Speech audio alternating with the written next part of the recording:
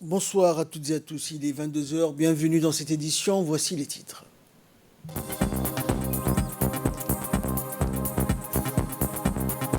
Le Premier ministre a inauguré un centre d'accueil des enfants en situation de vulnérabilité.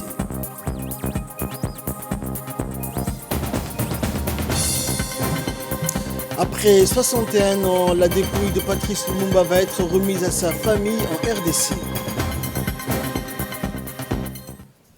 Bonsoir à tous. Le Premier ministre Abdelkader Kamel Mohamed a inauguré aujourd'hui le centre d'accueil des enfants en situation de vulnérabilité en présence de la ministre de la Femme et de la Famille et de la représentante de l'OIM à Djibouti.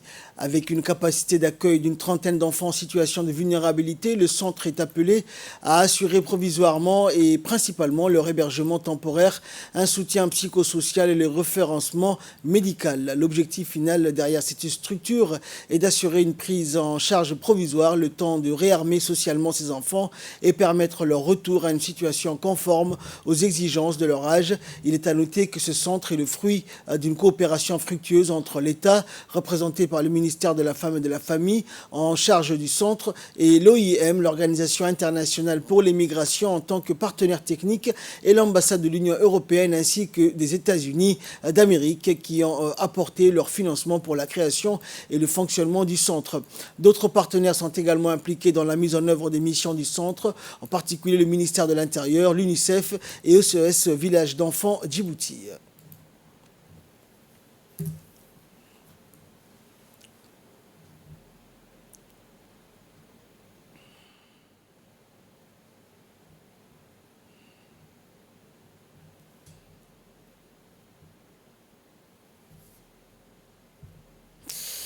Et dans l'actualité également, le ministre de l'Éducation nationale de la formation professionnelle, Moustapha Mohamed Mahmoud, a procédé au lancement officiel des ateliers de consultation nationale sur la transformation de l'éducation. La cérémonie de lancement s'est déroulée au Palais du Peuple en présence de la représentante de l'UNICEF, de parlementaires et de la communauté éducative.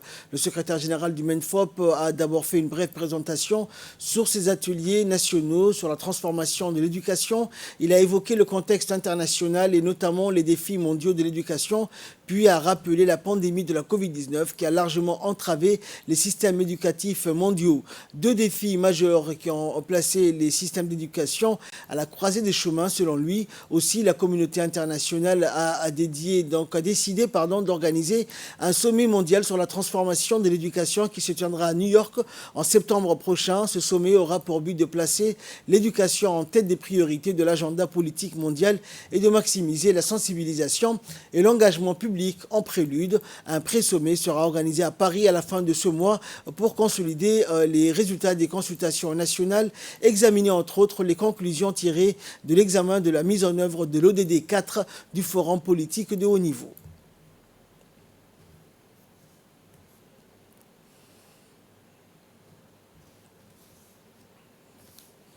Et dans un mot prononcé à cette occasion, la représentante de l'UNICEF et chef de file du groupe local des partenaires de l'éducation a déclaré que le sommet sur la transformation de l'éducation vise à renouveler l'engagement mondial en faveur de l'éducation. On l'écoute. Ravi de me retrouver parmi vous aujourd'hui pour le lancement des consultations nationales organisées dans le cadre du sommet sur la transformation de l'éducation qui se tiendra au mois de septembre prochain à New York et qui sera précédé par un pré-sommet à Paris ce 28 juin 2022 organisé par les Nations Unies. La pandémie de Covid-19 a exacerbé la crise de l'apprentissage persistante, faisant reculer les décennies de progrès dans le domaine de l'éducation. Sans action urgente, nous faisons face à une catastrophe générationnelle. Ce sommet sur la transformation de l'éducation vise à renouveler l'engagement mondial en faveur de l'éducation. Il cherche à mobiliser l'ambition, l'action, les solutions et la solidarité de tout afin d'atteindre les ODD d'ici à 2030. La réalisation de cet objectif passe par des dialogues inclusifs et un engagement significatif de l'ensemble des parties prenantes du secteur de l'éducation, en particulier des jeunes, des étudiants et des enseignants qui prennent la forme de consultation nationale. Ces consultations nationales permettront de mettre l'accent sur le changement à instaurer dans les politiques, la planification et le budget pour rattraper le retard pris dans la réalisation des ODD 4 et repenser le futur de l'éducation. Par ailleurs, cette dernière servira à rédiger la déclaration nationale sur l'engagement à transformer l'éducation, qui reprend les actions clés que le gouvernement de Djibouti s'engage à mettre en place pour transformer l'éducation en s'appuyant sur les plans, programmes et initiatives existantes. Je voudrais terminer mes propos en adressant mes remerciements au ministre et ses partenaires sectoriels. Je vous félicite pour votre vision claire et votre politique ambitieuse de transformation de l'éducation qui, j'en suis certaine, permettra de garantir à chaque enfant une éducation de qualité. Et de son côté, le ministre de l'Éducation nationale a indiqué que les ateliers vont non seulement déterminer les actions qui seront mises en œuvre dans les mois et années à venir, mais aussi donner lieu à un engagement fort au plus haut sommet de l'État devant la communauté internationale. On écoute le ministre. Fait face à une nouvelle nécessité et une urgence extrême. Sans un engagement solide pour transformer l'éducation, les objectifs fixés ne seront pas atteints. Donc, face à ce défi, le sommet de septembre a pour ambition de placer l'éducation au centre des débats politiques afin d'obtenir de la part des États une grande mobilisation et un engagement accru. Il s'agit ainsi de donner une nouvelle impulsion au système éducatif de façon à redynamiser les initiatives visant à atteindre les ODD 4. C'est donc dans cette optique que nous avons souhaité organiser ces ateliers nationaux pour la préparation du sommet de septembre 2022 sur la transformation de l'éducation. Il s'agit de bâtir une école ancrée dans son contexte et son environnement, ouvert sur le monde pour répondre à la fois aux aspirations de notre société et aux défis liés à notre époque. Les avancées majeures que nous avons réussi à accomplir depuis lors sont le fruit de nos efforts collectifs. Et pour que cela demeure ainsi le seul principe qui continue à prévaloir pour nous est celui qui consiste à mettre toujours l'école au cœur de la communauté et la communauté au cœur de l'école. Et les travaux en atelier ont démarré dans une ambiance studieuse et appliquée sous la houlette de hauts cadres du MENFOP et de proches collaborateurs du ministre. Participants ont pris acte des objectifs assignés à ces échanges qui visent à développer une vision et une volonté commune entre les différents acteurs dans l'optique de transformer l'éducation d'ici à 2030.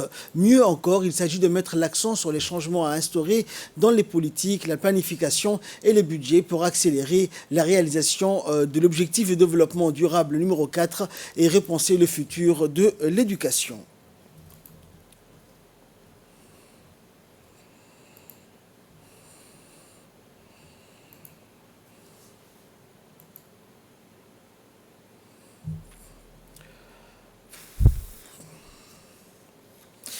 Et toujours en nouvelles du pays, dans le cadre de la promotion de l'enseignement coranique et le développement des méthodes didactiques traditionnelles, le ministère des Affaires musulmanes et des biens Warf a présidé donc hier à la salle de réunion du Haut Conseil islamique à Gachamalé la cérémonie de remise des diplômes aux lauréats de l'Institut de l'imam Shafiri pour l'enseignement coranique. Et cette cérémonie qui a vu la participation des cadres du ministère et du secrétariat exécutif du Haut Conseil islamique. Les lauréats ont été récompensés au cours de cette cérémonie et ont eu le mérite d'apprendre par cœur les grands poèmes récapitulant les règles du psalmodie et de récitation du Saint-Coran.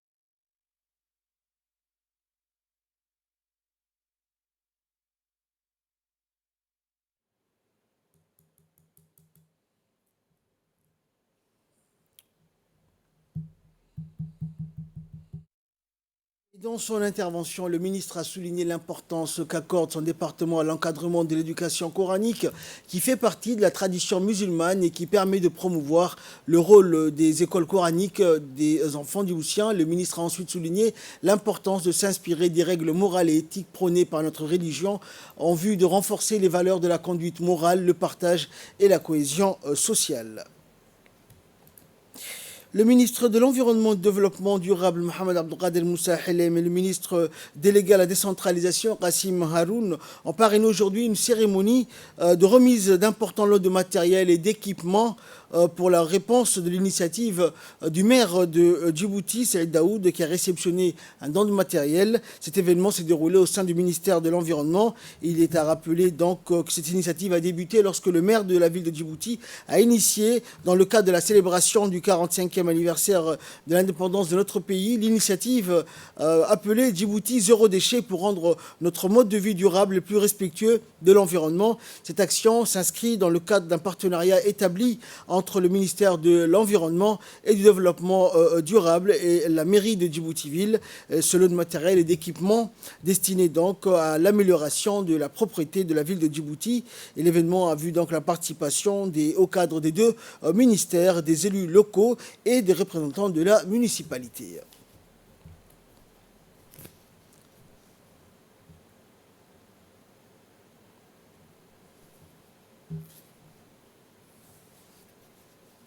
Écoutons pour plus de précisions concernant ce don de matériel l'intervention du maire de la ville de Djibouti. Aujourd'hui, nous sommes au ministère de l'Environnement pour réceptionner un lot pour la ville de Djibouti. C'est un lot qui va servir à appuyer les associations de la commune de Balaous, de Ras Dika et de Balbala, qui sont déjà depuis quelques semaines à lutter contre le déchet, le ramassage de tout ce qui est déchets qui sont mal gérés et que les gens n'arrivent même pas à le mettre dans les bacs prévus par l'OVD. Alors chaque samedi, dans toutes les communes de Balbala et de Balaous, la société civile, les associations, le conseil des quartiers sont en train de se battre pour nettoyer et faire briller leur ville, pour que cette ville soit vraiment une ville que nous voulons rêver qu'elle soit la ville la plus propre de la région. Dans l'actualité également, le chef d'état-major général des armées, le général de corps d'armée, Zakaria Cheikh Ibrahim, a assisté ce matin au deuxième entraînement en vue des préparatifs du défilé du 27 juin sur la piste communément appelée Tora Bora.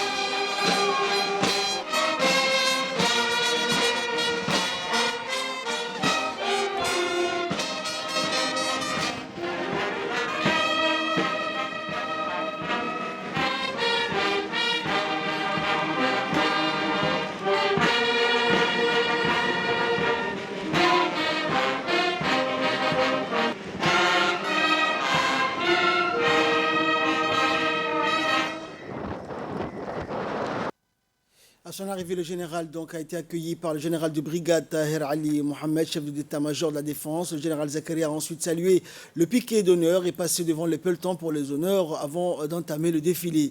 Au prélude de cette première répétition a débuté par la levée des couleurs rythmée par la musique nationale, et après 2 heures de défilé des troupes à pied puis motorisées, le général Zakaria a réuni les responsables des forces de défense et de sécurité ainsi que les responsables impliqués dans ces préparatifs. Le général les a encouragés et exhorté à améliorer davantage pour que cet événement soit une réussite totale.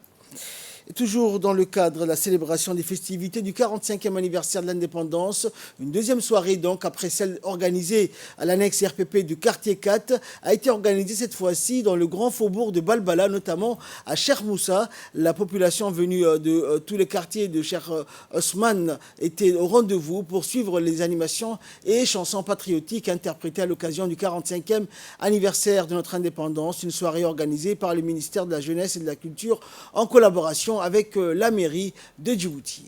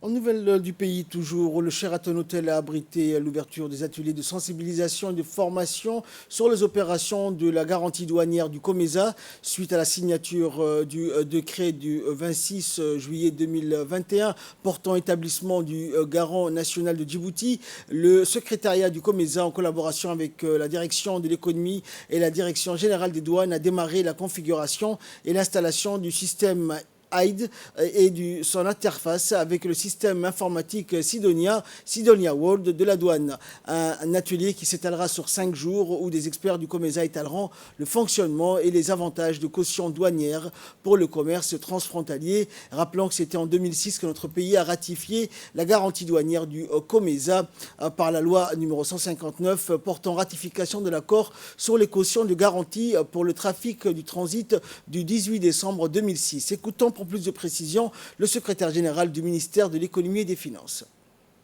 De l'Afrique de l'Est, de l'Afrique orientale et australe regroupe 21 pays et les plus grands marchés pour le commerce et l'investissement en Afrique. Avec un produit intérieur brut de 805 milliards de dollars, un commerce extérieur de 324 milliards de dollars et une population estimée à 583 millions d'habitants. Notre adhésion à ce vaste espace économique ouvre donc à notre pays des potentialités commerciales et des investissements dans le cadre d'une économie ouverte et axée sur les activités de commerce portuaire et de logistique.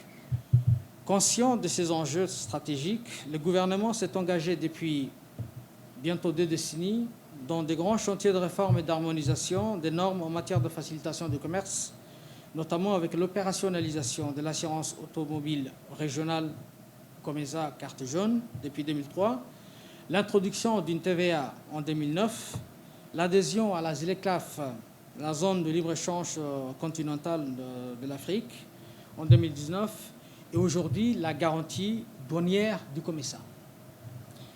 C'est en 2006 que notre pays a ratifié la garantie douanière du COMESA par la loi 159 AN 06 5e législature portant ratification de l'accord sur le quotient des garanties pour le trafic de transit le 18 décembre 2006.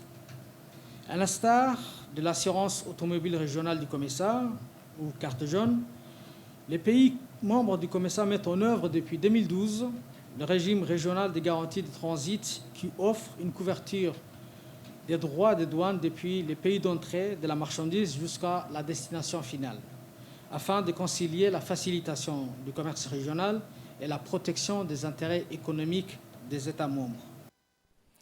La période de Khamsin a débuté depuis hier et va durer environ 2 mois. Déjà, la météo nationale a relevé une température aujourd'hui de 45 degrés à 14 heures. Et c'est au cours de cette période que les températures sont les plus élevées et peuvent atteindre 45 degrés et plus. Avis donc à la population djiboutienne de se protéger, de boire beaucoup d'eau durant la période de Khamsin. Et la température augmente avec un vent sec et chaud. Les personnes âgées doivent également redoubler de vigilance pour éviter la chaleur ou les expositions au soleil. Les personnes qui travaillent donc en milieu marin ou en dehors doivent aussi être vigilants pour éviter le coup de vent violent ou le coup de soleil. Les automobilistes doivent être prudents sur la route. La visibilité sera réduite lorsque le vent soufflera donc fort et donc soulèvera de la poussière. C'est aussi durant la période de Khamsin que le risque d'incendie est le plus élevé. Donc il est important de prendre les précautions en vigueur face à de nombreux accidents ou incidents sur les routes, en mer ou aussi dans les foyers. À nos annales climatologiques, l'année dernière, ça veut dire en 2021, il avait commencé le 30 juin. L'année d'avant, en 2020, il avait commencé le 8 juin. Et l'année d'avant aussi, en 2019, il a commencé le 16 juin. Ça veut dire, ces derniers temps, il y a un petit changement. Avant, on attendait tout le 20 ou le 21 du mois de juin. Mais maintenant, on voit que parfois il avance, parfois il recule. Ça, c'est le changement climatique, je peux dire. Et ce vent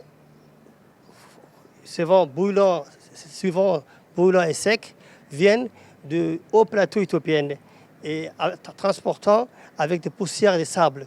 C'est ce qui augmente la température durant cette période. Je dirais donner beaucoup de vigilance, surtout les pêcheurs qui vont à la mer, les gens qui vont à la mer. Et puis, je dirais aussi les gens qui utilisent la cuisinière en kérosène. Et puis, les gens qui circulent en véhicule, la visibilité sera réduite. Suivez nos informations, ça veut dire suivez nos prévisions et restez en contact avec nous. Après une série de visites des structures sous tutelle donc à Djibouti-Ville, c'était au tour de celle d'Ali Sabier d'accueillir le nouveau directeur général de l'Agence pour la promotion du sport national, Mohamed Omar, accompagné d'une forte délégation conduite par la secrétaire générale du secrétariat d'État au sport, Khadiga Ibrahim Idriss. De son arrivée, la délégation a été accueillie par le préfet adjoint et le président du conseil régional.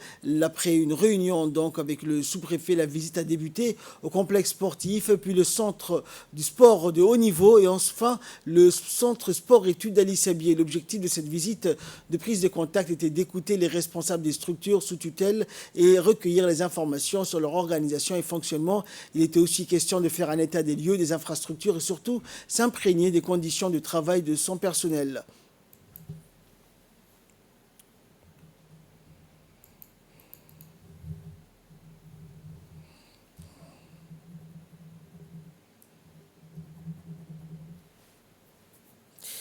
Et là, nous passons à l'actualité internationale. Nouvelle du monde. Après 61 ans, la dépouille de Patrice Lumumba va être remise à sa famille. 61 ans après la mort de l'ancien Premier ministre congolais, assassiné le 17 janvier 1961 dans le Katanga, aux côtés de 2 compagnons de lutte. Le seul élément de la dépouille du politicien retrouvé en Belgique va être remis à ses proches aujourd'hui. L'hommage aura lieu lors d'une cérémonie au palais d'Edgemont à Bruxelles. La restitution de la dent de cette figure de l'indépendance congolaise est un soulagement pour sa famille, mais aussi pour le pays qui a longtemps cru qu'il ne restait plus rien de Patrice Lumumba. Assassiné avec Joseph Okito et Maurice Mpolo, leur corps avait ensuite été dissous dans de l'acide. C'est en 2016, la justice saisit une dent dans les affaires de Gérard Soto, l'un des officiers belges chargés de faire disparaître toute trace de Patrice Lumumba. Authentifiée aujourd'hui, la dent sera déposée dans un cercueil, puis un discours sera prononcé par le chef du gouvernement belge. La dépouille ira ensuite à l'ambassade de RDC à Bruxelles avant d'être rapatriée demain soir et accueillie par le Premier ministre congolais. Fin de ce journal, merci pour votre très aimable attention.